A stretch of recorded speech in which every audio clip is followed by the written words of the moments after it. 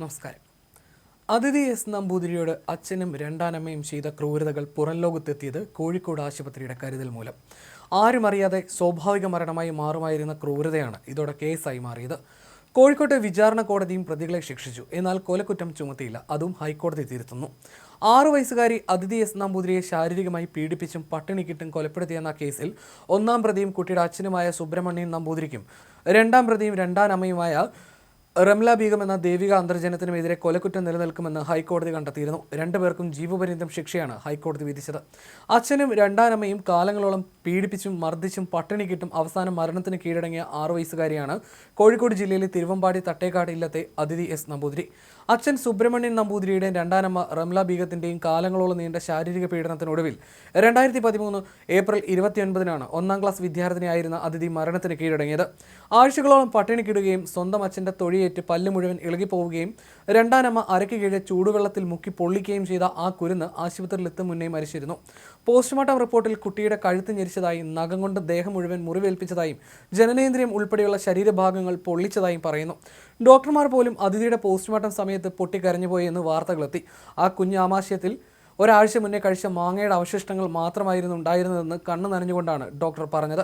സ്വന്തം അച്ഛനും രണ്ടാനമ്മയും പട്ടിണി കിട്ടപ്പോൾ സഹോദരൻ അടുത്ത പറമ്പിലെ മാവിൻ ചുവട്ടിൽ നിന്ന് പെറുക്കി നൽകിയ ഒരു മാങ്ങ മാത്രമായിരുന്നു ആ കുഞ്ഞ് ഒരാഴ്ചയ്ക്കുള്ളിൽ കഴിച്ചതെന്നത് ക്രൂരതയുടെ ആഴം കൂട്ടി. ആ ഇളം കഴുത്ത് ഞെരിച്ചും പല്ലടിച്ചു കൊഴിച്ചും ദേഹമാസകലം പൊള്ളിച്ചും നഖം കൊണ്ട് മുറിവേൽപ്പിച്ചും ശകാരിച്ചും അസഭ്യം പറഞ്ഞും പട്ടിണി കിട്ടും അവർ ആ കുരുന്നിൻ്റെ ജീവനെടുക്കുകയായിരുന്നു.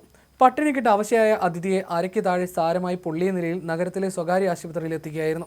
ആശുപത്രിയിൽ എത്തിക്കുന്നതിന് മുമ്പ് തന്നെ കുട്ടി മരണപ്പെട്ടതിനാൽ പ്രതികൾ മൃതദേഹം കൊണ്ടുപോകാൻ ശ്രമിച്ചെങ്കിലും ആശുപത്രി അധികൃതർ ഇടപെട്ട് മെഡിക്കൽ കോളേജിൽ എത്തിച്ചു. തുടർന്നാണ് ക്രൂരമായ പീഡനകഥ പുറത്തായത്.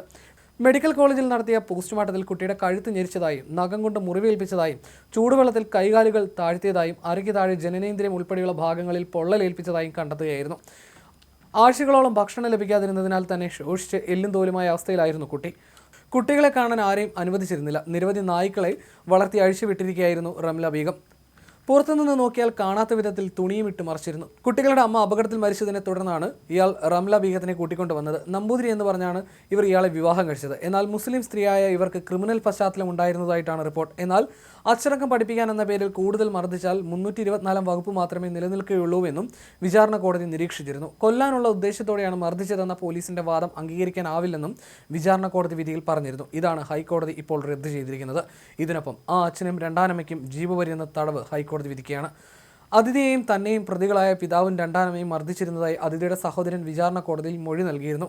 പ്രതികൾ 2 കുട്ടികളും ക്രൂരമായ രീതിയിൽ ദേഹോപദ്രവം ഏൽപ്പിച്ചതായി അമ്മയുടെ സഹോദരൻ ശ്രീജിത്തും കോടതിയെ അറിയിച്ചിരുന്നു.